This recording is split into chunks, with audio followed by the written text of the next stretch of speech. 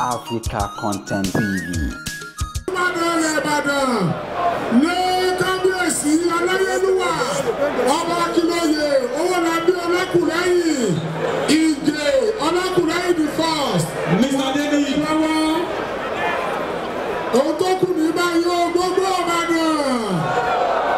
gómìnà máa gbé ọ̀pá àṣẹ fọ́lákùlẹ́yìn ṣé faramọ́.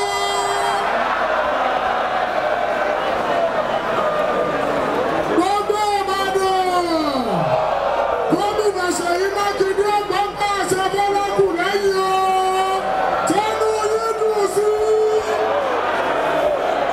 tínú yín bá dùn sí ẹsẹ kábíyèsí o. Gómìnà Ṣèyí Mákindé ọdúndún aṣọdẹdàrọ olùpọ̀wọ̀ fún àwọn ọba ẹni tó gbọ́dọ̀ borí adé àtọrùn lẹ̀kẹ̀ ọba ẹgbẹ́ ọba ẹsẹ̀ fọ́lákùlẹ́yìn ẹsẹ̀ kábíyèsí o.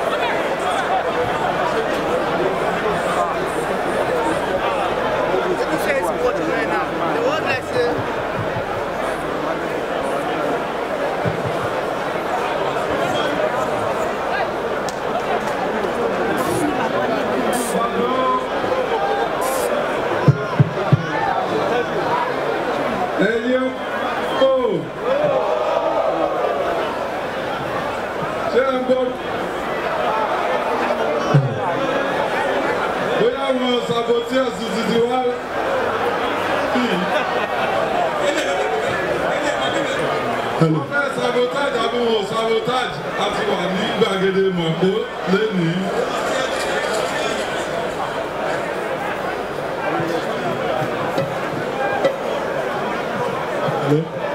Now, therefore, I,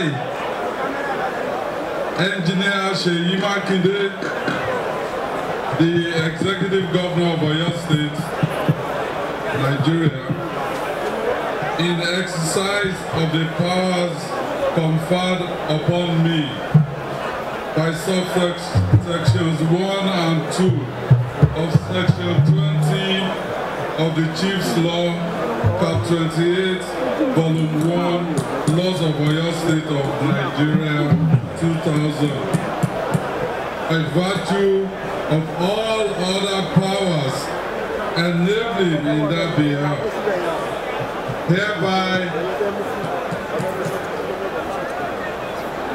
present the staff of office ratifying the appointment of Ọba Akínlóye Owólabí Ọlákùlẹ́yìn as the 43rd Olúbàdàn of Ìbàdàn.